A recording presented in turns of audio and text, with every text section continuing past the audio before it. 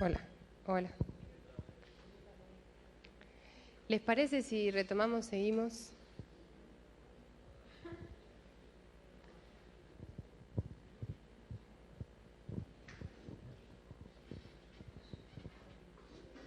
Estando yo acá tapo a los que pueden ver lo que está ahí, por ejemplo, así se ve. Si no, dicen y me corro. Cualquier cosa, si no, me corro. Si hablo muy rápido, me piden por favor que me hacen señas si hablo más lento, porque una de las cosas que salían de lo que hablábamos esta mañana en el tema de la búsqueda de recursos o nuevas estrategias es que cada tanto aparecía el tema de la institución, del fortalecimiento, de los vínculos entre la asociación, las personas que trabajan o la fundación, todo ese tipo de ítems que hacen parte del trabajo cotidiano nuestro. Entonces, nosotros acá preparamos algo que hace parte de un montón de otras cosas y que tampoco es que se acaba acá el discurso del fortalecimiento institucional con todo lo que vamos a mencionar. Son algunos elementos. Actualmente todavía en el campo de las organizaciones sociales no es que existe una producción teórica muy específica, hay toda una búsqueda todavía en este sentido. Entonces, cuando uno habla de fortalecimiento institucional en el tercer sector, se apela a mucha terminología y por eso no se extrañen de las empresas o de cuestiones de calidad empresarial, digamos. Algunos elementos van a estar medio presentes, algunos otros capaz que definimos de no tenerlos en cuenta porque no nos parecen importantes, pero es una búsqueda también que hay en todo lo que tiene que ver con el desarrollo de una institución. O sea, nosotros empezamos a trabajar en un terreno, en un lugar, en un espacio, van surgiendo cosas y se van generando procesos, ¿no? Y el fortalecimiento institucional sería también un proceso en el cual las organizaciones están conscientemente o inconscientemente están injertas, digamos, porque se toman decisiones y en las decisiones que uno toma y va tomando va de alguna manera determinando el futuro y el presente de esa organización. Entonces, nosotros decíamos, ¿por qué queremos hablar de fortalecimiento institucional? Entonces decimos, para dar respuesta a preguntas fundamentales también de nuestra organización. O sea, ¿para qué existimos? ¿Cuál es nuestra misión? ¿Qué tipo de organización queremos? ¿No? Y cómo contar con los recursos necesarios y adecuados para poder cumplir esa misión o ese objetivo, ¿no?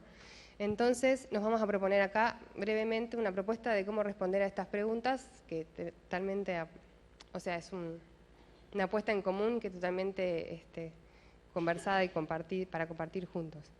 Una de las cosas que nos parecía es por qué es importante hablar, o este discurso sigue siendo, o se escucha mucho hablar de esto, es porque el contexto en el cual nos movemos es cada vez más complejo, ¿no?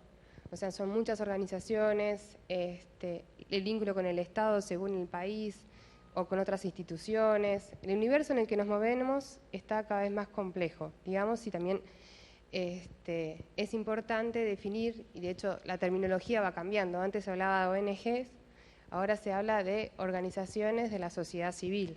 También hay todo un porqué de ese cambio de terminología que nos vamos a afondar ahora, por ejemplo, ¿no?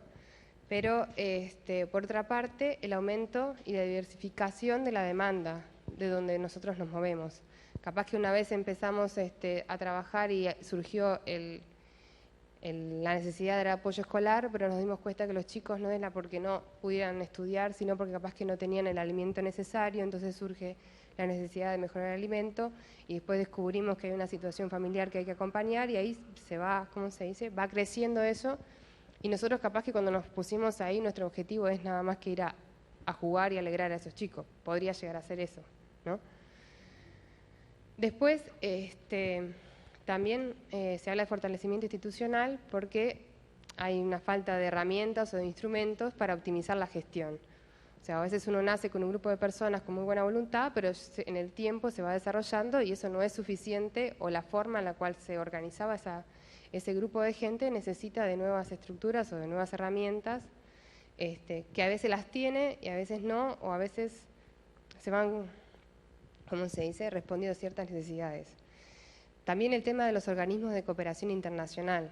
O sea, que ustedes mismos saben que cada vez aumentan más las exigencias y se piden más resultados, hay como una demostración de que tu trabajo impacta. Dice, bueno, si invertimos tanto en estos países, o sea, desde los países o desde los lugares donde se aporta económicamente, ¿por qué hace años que venimos invirtiendo en estos continentes y todavía no existe ningún cambio? Al contrario, parece que estadísticamente las cosas empeoran más que mejoraran, ¿no? Entonces, parece que uno tendría que ser una especie de organización top o casi una especie de multinacional, y sin embargo uno está en un terreno trabajando, no es que tenés todos esos elementos ahí a la mano, ¿no? También la dificultad de llevar adelante estos procesos o cómo liderarlos. A veces hay un cierto conflicto entre quienes empezaron y las nuevas generaciones, quienes las cosas siempre se hicieron así, como ahora vamos a hacer así, o no, hay ciertas cosas que no sé, que empezamos y siempre hicimos así, no tuvimos que recurrir a este tipo de cosas o nunca tuvimos que recurrir a nadie para hacer este tipo de trabajo, pero capaz que hoy en día es necesario y hay quienes movilizan este tipo de cambios y es importante en el poder traspasarse el trabajo. Y también a veces la crisis en las relaciones internas, también muchas veces derivan en conflictos personales. Quiere decir que a veces, no porque las personas sean malas personas, pero la forma en que se hacen, o se organizan, o se dan, a veces las cosas no quedan del todo claras. La división del trabajo, la división de las tareas no está tan clara. En definitiva, eso después, como consecuencia, tiene ciertas dificultades y a veces se personaliza esto y genera conflictos.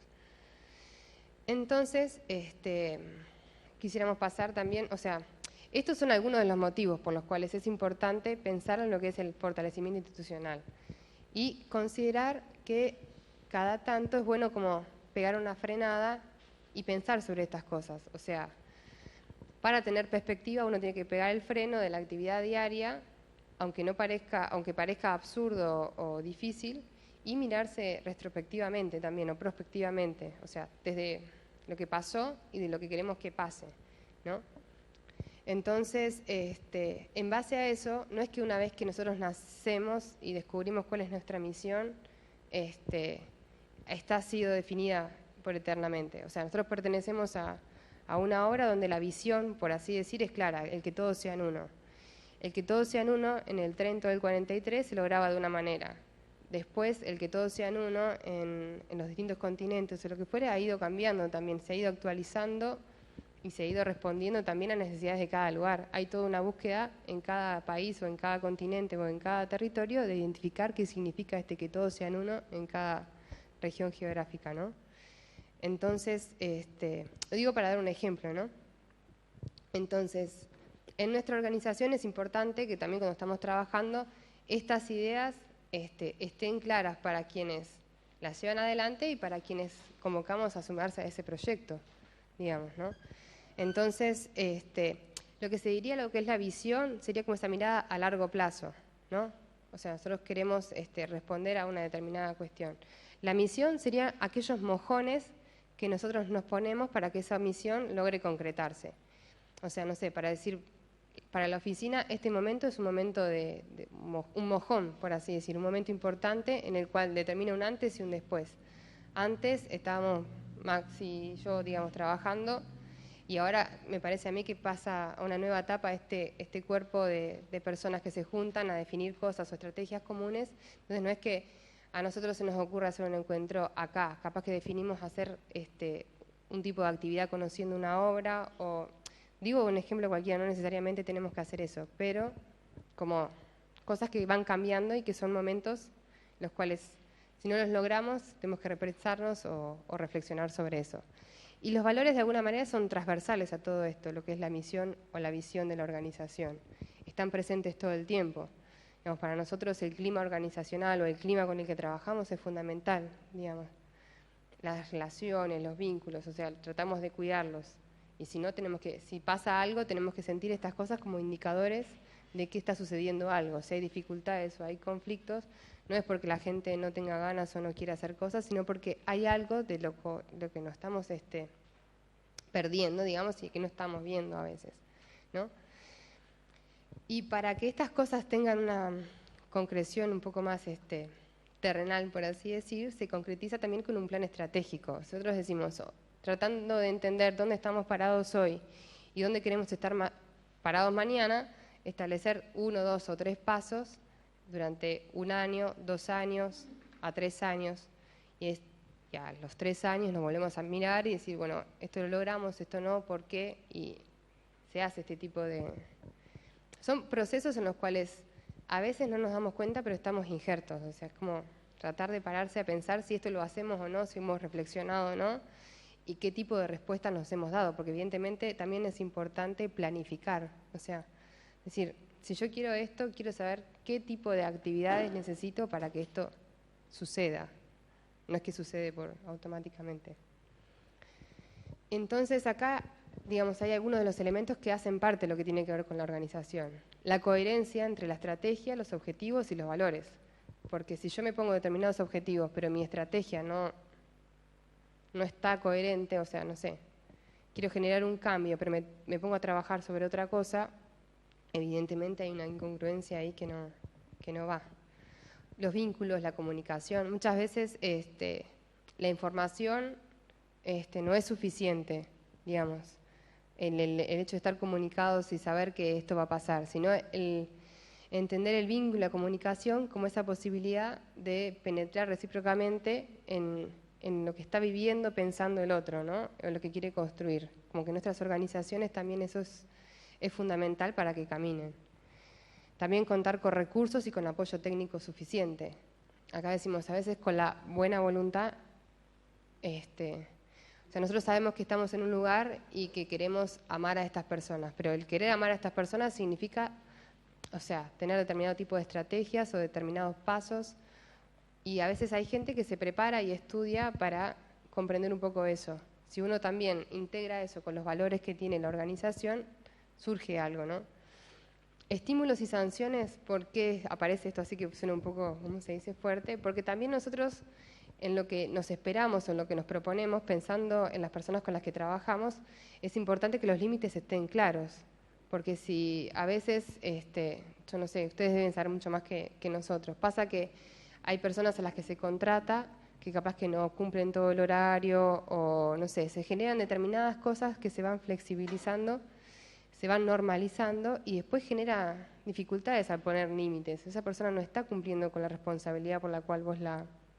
Pero si no tenés formas de generar dentro de ese espacio de trabajo con las personas, es que estos límites vayan quedando claros, no porque nos interese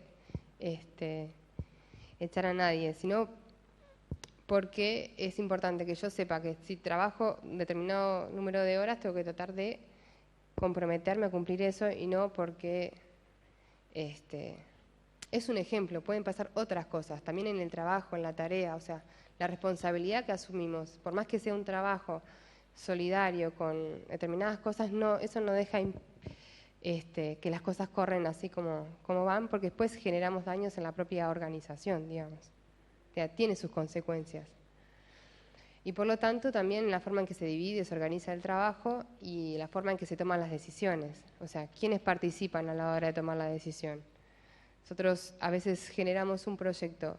Las personas que van a ser, ¿cómo se dice?, las beneficiadas con este trabajo, ¿tienen un lugar a la hora de definir este trabajo?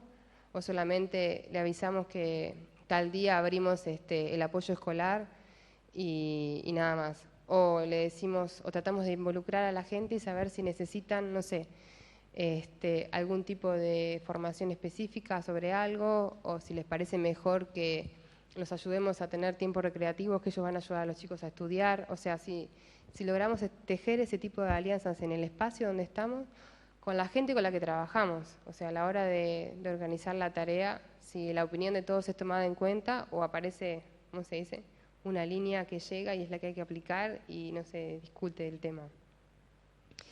Y en el tema de gestión, también cómo se planifica, se dirige y cómo se integran todos estos elementos, digamos, que hacen parte también al cotidiano vivir. Yo no sé si lo que estoy diciendo es si les suena o si les parece. Capaz que hay cosas que son o capaz que no hay ninguna novedad en todo eso, pero estamos injertos en todo ese tipo de cosas y a veces está bueno diferenciarlas, distinguirlas, que son diferentes puntos, y también tener una visión sistémica, por así decir, a la hora de querer solucionar problemas, porque a veces identificamos que el problema está en el vínculo, en la comunicación, y nos dedicamos a eso y no tenemos presente el tema de las estrategias, de los recursos o la división del trabajo, y después terminamos solucionando una cosa y se nos genera un bache en otra. Entonces, como tener esta mirada un poco más general y estar todo el tiempo, por eso quien dirige la organización, ¿no? Tiene que tener en cuenta, por un lado, la planificación, cuáles son los pasos que queremos dar. Por otro lado, integrar todos estos elementos para que más o menos la cosa vaya caminando.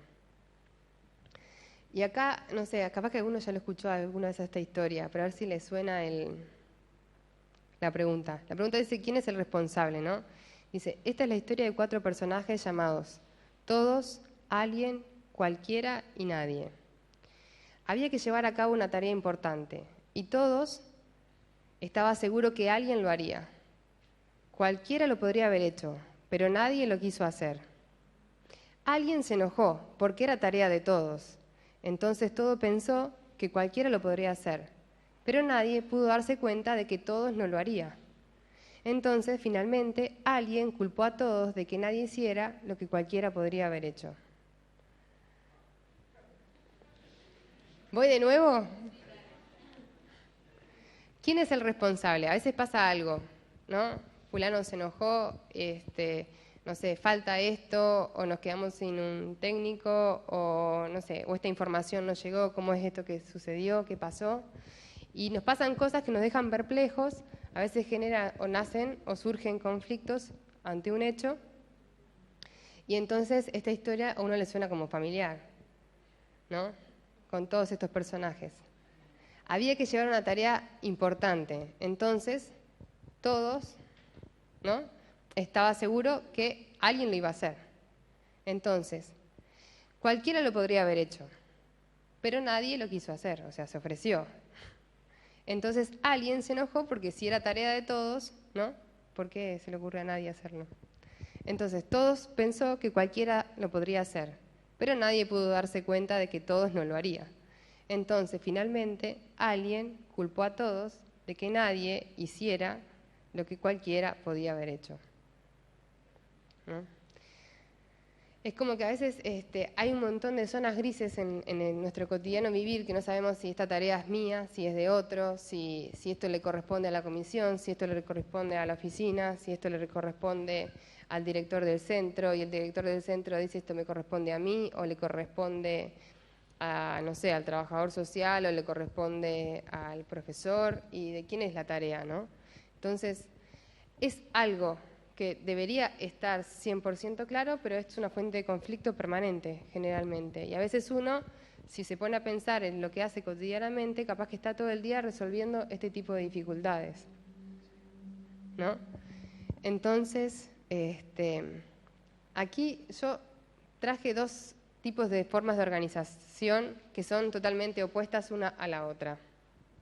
La piramidal, ustedes la conocen, baja una línea, hay una idea, y esa idea se va transmitiendo hasta que llega a todos, digamos, ¿no? O sea, es lo que hay que hacer y no se discute.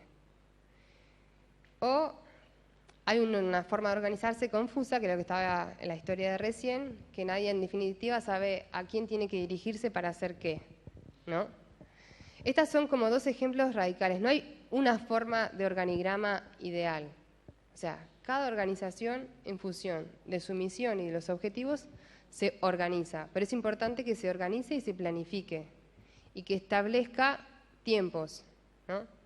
Esto, por eso, a veces puede sonar como un lenguaje muy empresarial o lo que fuere, pero se trata de profesionalizar procesos, ¿no? Entonces, lo que hace el fortalecimiento institucional o esta forma de pensar la institución es profesionalizar procesos y ayudar a que esos procesos lleguen a buen cauce teniendo en cuenta todos los elementos que están en juego, ¿no? Entonces, cuando también pensamos en qué tipo de organización queremos, no sé si a ustedes les suena este término accountability. Bueno, estas cosas que estoy mencionando yo ahora, o sea, más allá que las iremos a compartir, tampoco es que se trata de una planificación lineal a la cual nos tenemos que ceñir ahora, sino que son elementos técnicos para poder analizar el trabajo que realizamos. Capaz que para algunos es más útil un elemento, para otros es mejor trabajar sobre otros, ¿no? Y la accountability es la nueva forma, o es lo que se utiliza últimamente en el tema de las organizaciones de la sociedad civil, para, no sé si ustedes cuando presentan un proyecto les piden la rendición de cuentas. Esa rendición de cuentas que uno hacía antes al final del proceso, ahora se estila, por así decir, hacerlo en forma permanente. Si ustedes entran a las páginas web de algunas organizaciones, uno ya sabe hoy cuánto está gastando, cuánto dinero está saliendo y qué tipo de impacto y dónde se utilizan ese tipo de recursos. O sea, información que antes estaba puertas para adentro, actualmente se ha visto la necesidad y es importante que esté puertas para afuera. ¿Por qué? Porque hay muchas personas que honestamente y con muy buena intención aportan, pero después no ven traducido su aporte en resultados. Entonces les interesa saber si está dando resultados o no. Si esa organización tiene un impacto positivo o no impacta, o lo que hace es solamente mantener un servicio y ofrecer un servicio gratuitamente nada más. Entonces, el concepto de la transparencia o rendir cuentas implica que uno también como trabajo dentro de la tarea de todos los días sistematice la información. O sea, nosotros tenemos que saber con cuántas personas estamos trabajando. Y aparte porque a nosotros mismos nos sirve saber si lo que estamos haciendo está produciendo algún tipo de cambio, si está modificando algo. Lo que tenemos que estar atentos también en este sentido es qué herramientas se utilizan para la medición, ¿no? Porque a veces ahí hay una discusión entre lo que es lo cualitativo y lo cuantitativo, entonces hay como una especie de competencia, pero en verdad es importante poder medir. Y por otra parte, hay una parte de la calidad de nuestro trabajo, de la cualidad de nuestra tarea o de las consecuencias que a veces no se traducen en números de cantidad de personas, pero sí en calidad de vida de un determinado grupo o de una comunidad. Entonces, si nosotros vamos identificando todo este tipo de transformaciones, es importante que también las tengamos nosotros para saber si las cosas que estamos haciendo están generando algún tipo de cambio o simplemente estamos respondiendo a una necesidad del otro y una necesidad nuestra de ayudar. Que no está mal, pero, o sea, si uno se propone realizar un cambio, está bueno verificar si está produciendo o no ese cambio. Por eso el seguimiento y el impacto, o sea, es una actividad que se hace en forma permanente. Y creo que a la hora de pensar en que una organización esté en condiciones de, ¿cómo se dice?, de concursar a ciertos fondos, está bueno que tenga este tipo de información organizada, que a veces no nos damos cuenta o nos parece que es una tarea secundaria en función de nuestra urgencia o de lo que llevamos adelante. Pero toda esa información es de utilidad. Y, por ejemplo, ¿cómo contar con los recursos necesarios y adecuados? Recursos humanos y recursos económicos también y materiales, ¿no? Entonces, es importante que también cuando contamos con determinadas personas para trabajar, existe una confianza. Y si no, ir construyéndola. Porque si no, muchas veces esa falta de confianza puede ser una fuente de dificultades, ¿no?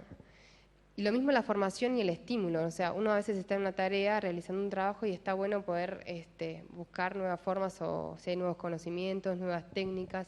Y también es una forma de estimular según en el trabajo, porque si no... La consulta y la participación. Para nosotros también es importante que a la hora de definir un plan o una estrategia se defina también con los protagonistas, de quienes van a estar cotidianamente llevando esta responsabilidad, ¿no? O este peso, o no peso, digamos, o saber o ser conscientes que llevamos juntos este peso y que tomamos juntos estas decisiones y por lo tanto juntos vamos a respetar las decisiones que tomamos juntos. O sea, eso es fundamental. Y el tema de recursos materiales y financieros, más allá del tema de la búsqueda de fondos y que siempre está bueno contar con fondos para desarrollar nuestra actividad, también pensar en que tenemos que administrarlos e integrarlos, porque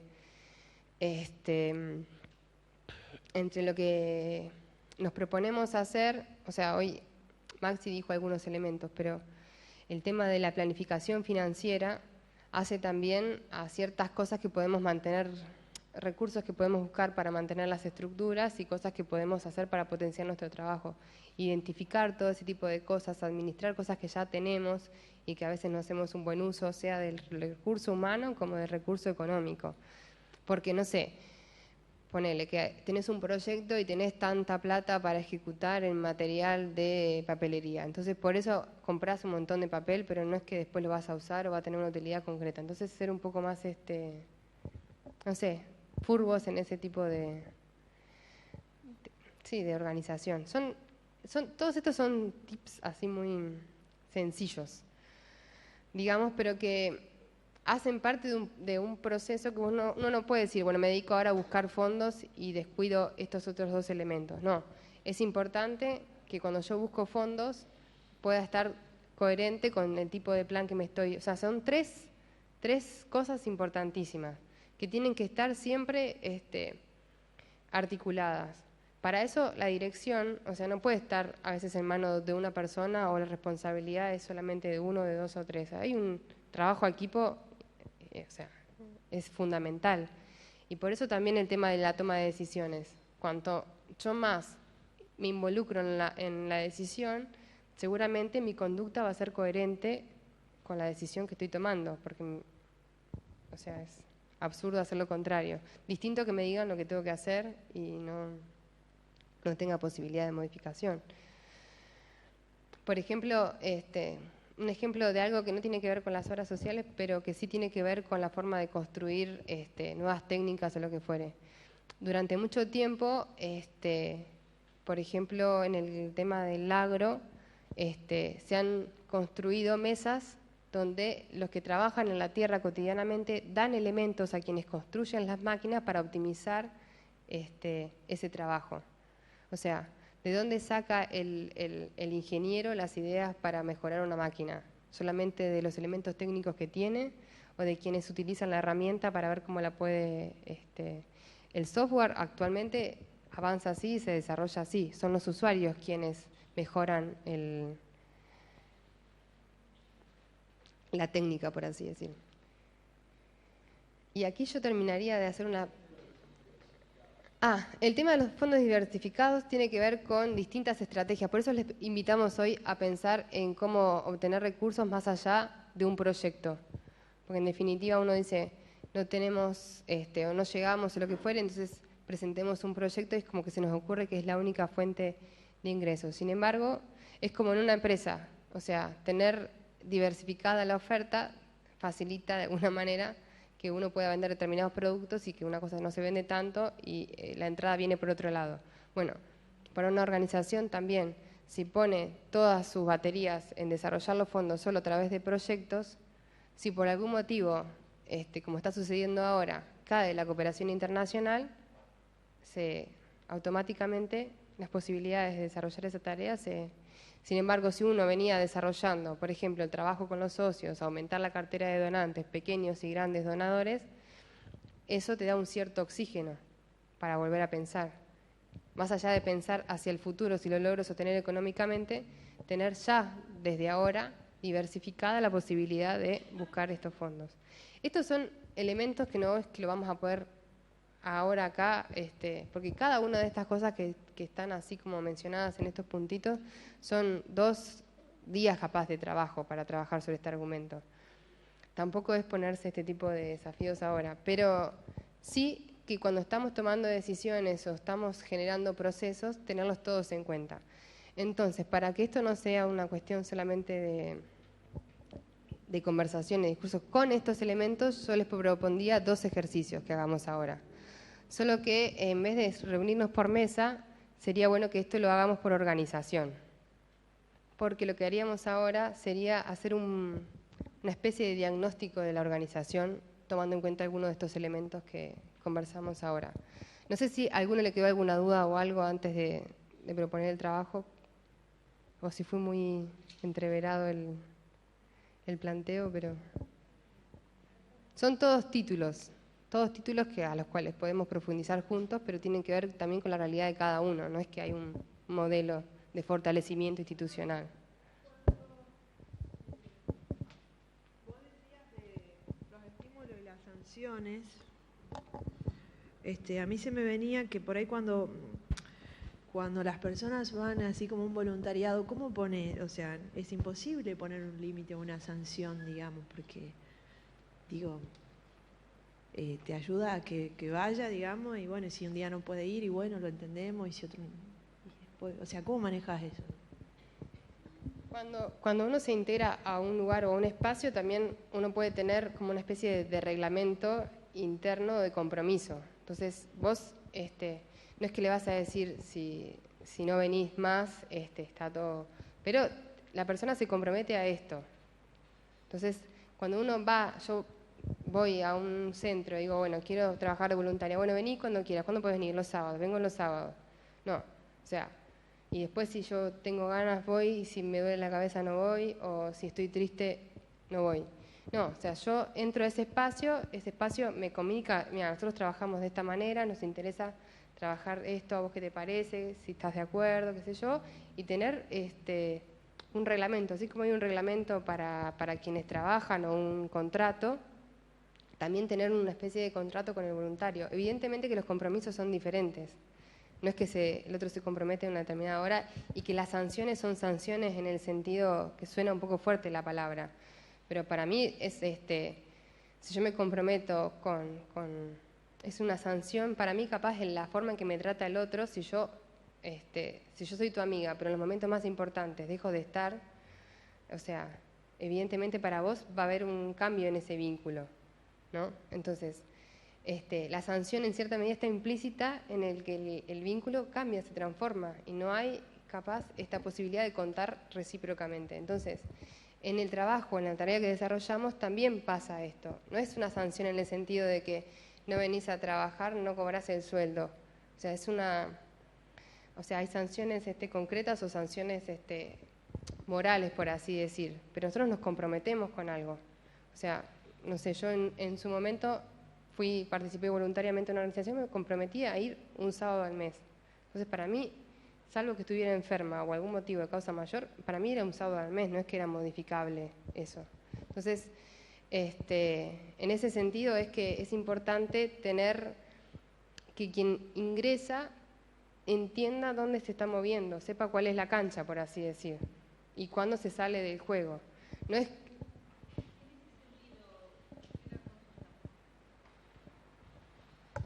Hoy en la mañana en varios salió lo del estatuto, digamos, lo de las asociaciones, digamos, tiene un estatuto la asociación. Cuando hablaste ahora del reglamento, muchas veces nos sucedió que ese estatuto estuvo, pero no entramos en ese estatuto, no lo conocemos o el mismo asociado lo desconoce. ¿Hay todo un proceso para la construcción del estatuto? Forma parte de este momento de fortalecimiento, tendría que ser una previa, ¿no? Pero ¿podría ser útil eso? Como que a la hora no es que, es como explicarlo bien sin enredarse demasiado. Las organizaciones nuestras cada una tiene una historia. Algunas nacieron de una forma, otras nacen de otra, y a veces las asociaciones fueron una necesidad jurídica para, entonces no responden a una comunidad o a un grupo de gente que se reúne, genera las bases y después construye. O sea, estos son procesos, no sé, un partido político. También la gente llega un momento que discute cuáles son las bases ideológicas, o sea, sobre qué ideas nos vamos a mover nosotros y cuáles son nuestras ideas y cuáles no. Estos elementos son elementos muy complejos que yo, o sea, miro cada uno y veo que hay una realidad diferente, ¿no? Pero que en algunas cuestiones esto es un poco común. Y seguramente será un poco un argumento entre la tarde, ahora la segunda parte, y un poco a la mañana de mañana hablar sobre la identidad de nuestro trabajo. Y en esa identidad, evidentemente, hay determinadas pautas. Así como una ciudad o un estado se da un conjunto de leyes y de normas, también es bueno que una organización establezca ese tipo de pautas. Lo que pasa es que si cada uno se pone a pensar, habría que saber si están establecidas o no. Yo en algún caso capaz que sí sé de normas de convivencia. Entonces, Pero además de esas normas de convivencia, una persona que se integra a la organización, ¿sabe a qué se está integrando? ¿A qué tipo de valores? O sea, si yo empiezo a trabajar en un centro comunitario, de alguna manera, ¿yo recibo cuáles son las intenciones de esa organización o simplemente me contratan, aplica tu técnica y movete como puedas? ¿No? O sea, yo construyo con el otro a veces está normatizado, que está escrito, o si no es una construcción que se hace por la vía de los hechos y ahí pasa que capaz que alguno se relaja más o se relaja menos, porque no está formalmente establecido. Entonces es saludable pensar dentro de la organización, pero yo no quisiera que profundizáramos, no quisiera no tratar este argumento, pero capaz que lo volvemos a retomar, pero dejarlo de todas maneras como un argumento importante, porque evidentemente si yo entro y hago parte de una organización, debería saber a dónde me estoy integrando. Solo quería hacer una cápita en términos de tu pregunta de las sanciones. Estímulo-sanción. Cuando yo me integro a un trabajo es porque yo me hago parte de la visión y misión de la institución. Luego, en la operativa hay como muchas tareas en las cuales tú puedes como consignar tu responsabilidad. En 20 años tengo la práctica de que nosotros hacíamos firmar como cartas de compromiso y a la vez existiendo siempre una retroalimentación con la gente que hacía el voluntariado, se le estimulaba a participar más, se le hacía bastante más refuerzo, digamos, y ¿sabes qué? Era exitoso después porque aportaban tanto que terminaban después, por supuesto, yéndose al lado más profesional, pero va porque tú te haces parte de esa institución, porque tú crees y velas por la visión y misión y los valores que tiene esa institución. Eso quería decir. Quedó más o menos. Es un tema siempre a profundizar porque es importantísimo, pero hay veces que no nos damos cuenta de que eso está o no está. Ahora yo les repartiría una hojita donde la idea es, ahí están elencados una cantidad de criterios y detrás de la hoja explica qué significa cada uno de estos criterios. Yo se los voy a mencionar rápidamente, pero la idea es que, por eso les decía que nos juntemos por organización. Evaluar un poco cómo se articulan todos estos elementos, calificándolos de alguna manera, si están presentes en nuestra organización, si no están, si están presentes en forma mínima o es una cosa importante en nuestro trabajo, ¿no? Estrategia quiere decir que los objetivos están bien definidos, existe una planificación a mediano plazo que responde a la misión, el qué, para quiénes y el cómo.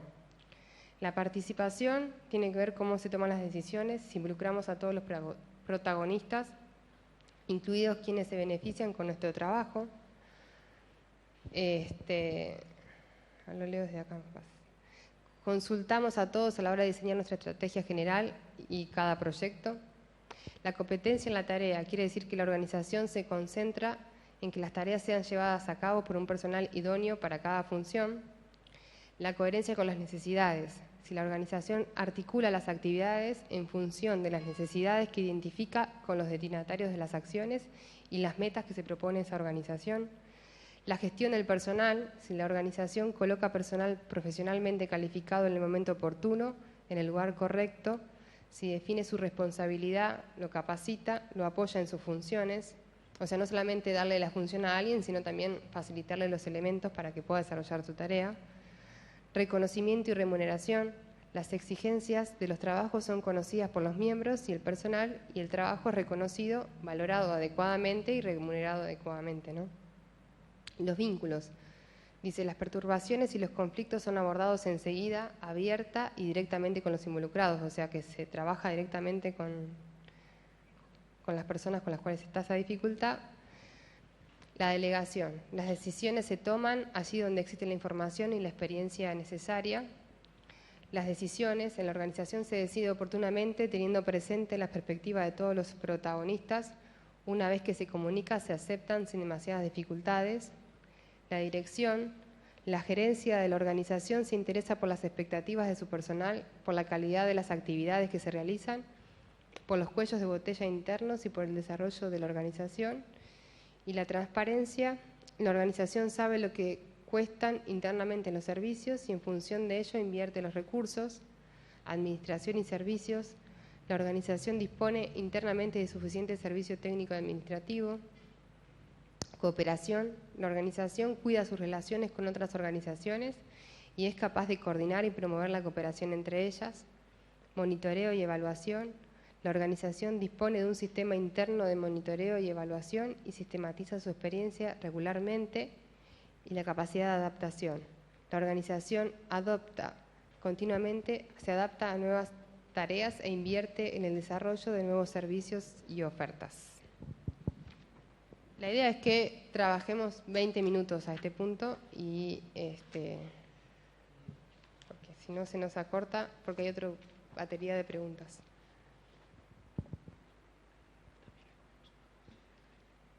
Sí, ponemos una pausa en el medio para poder respirar también. Sí, cómo no. 20 minutos y hacemos 20 minutos a lo que lleguemos, no importa si llegamos a todos los puntos, importante es empezar a hacer este ejercicio y paramos 10 minutos y retomamos. ¿Les parece? ¿O están...?